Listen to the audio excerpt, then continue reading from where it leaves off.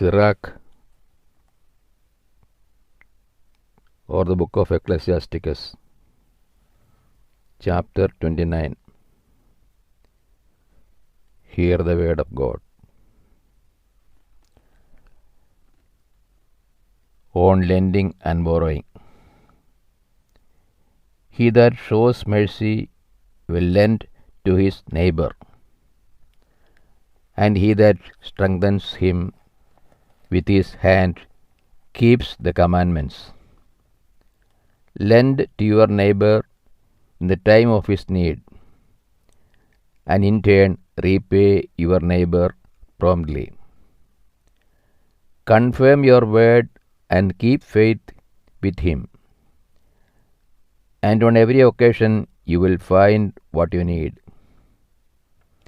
Many persons regard a loan as a windfall and cause trouble to those who help them. A man will kiss another's hands until he gets a loan, and will lower his voice in speaking of his neighbor's money.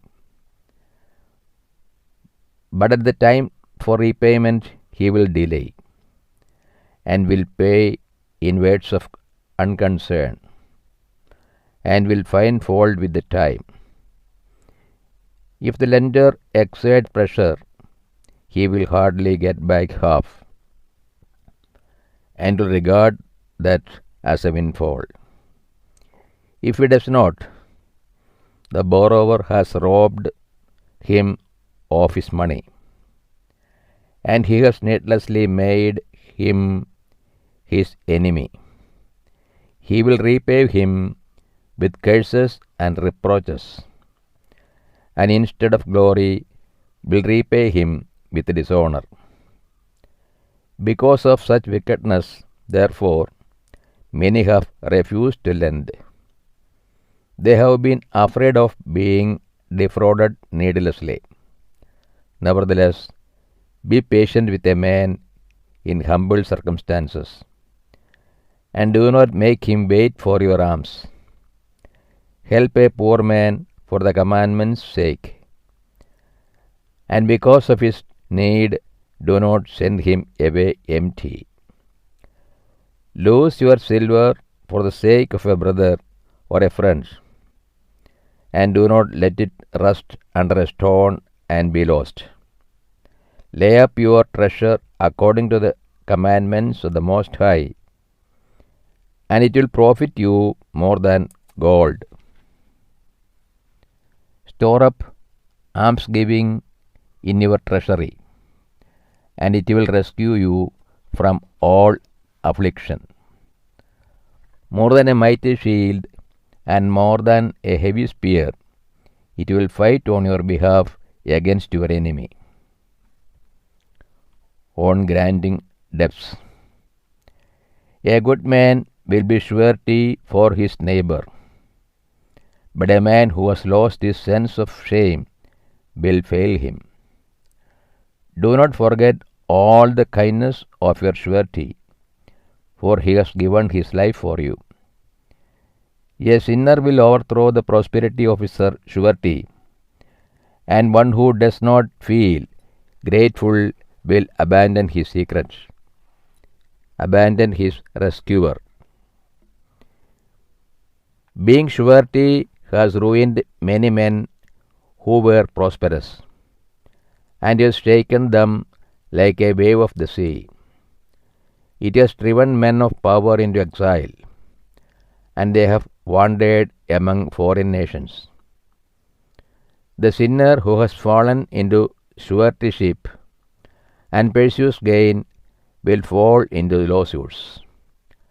Assist your neighbor according to your ability, but take heed to yourself lest you fall. Home and hospitality. The essentials for life are water and bread, and clothing, and a house to cover one's nakedness. Better is the life of a poor man under the shelter of his roof than sumptuous food in another man's house. Be content with little or much. It is a miserable life to go from house to house. And where you are a stranger, you may not open your mouth. You will play the host and provide drink without being thanked. And besides this, you will hear bitter words. Come here, stranger, prepare the table, and if you have anything at hand, let me have it to eat. Give place, stranger, to an unhonored person. My brother has come to stay with me. I need my house. These things are hard to bear for a man who has feeling. Scolding about lodging and the reproach of the moneylender.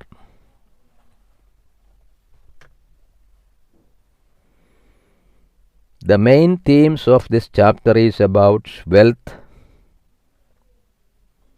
the pitfalls of financial deals, and friendship,